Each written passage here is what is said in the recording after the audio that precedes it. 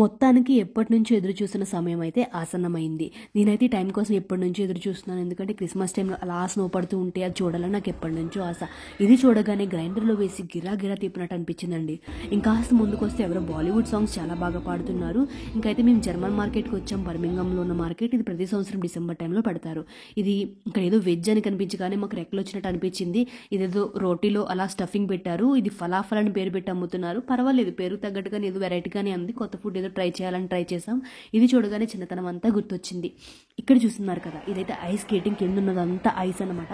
అది మెల్ట్ అవ్వదు, అలా వాళ్ళు స్కేటింగ్ చేస్తున్నారు. ఇంకా నాకు ఎప్పటి నుంచో ఒకటి డౌట్ ఉండేది, ఏంటి క్రిస్మస్ రాకముందే 3 నెలల నుంచి హడావుడి మొదలు పెట్టేస్తున్నారు, అసలు క్రిస్మస్ టైంలో ఏం చేస్తారా అని. ఇంకేముంది, మందు బాబులు ఆడ మగ తేడా లేకుండా మందు బాటలు పట్టుకొని తయారైపోయారండి. చూస్తున్నారు కదా, ఇది ఇంకేముంది క్రిస్మస్ అంతే. ఇంటికి వెళ్ళి గొరగ పెట్టి నిద్రపోతారు. మళ్ళీ నెక్స్ట్ ఇయర్ వచ్చే క్రిస్మస్ కోసం ఎదురు చూస్తారు. ఎనీదే హ్యాపీ క్రిస్మస్.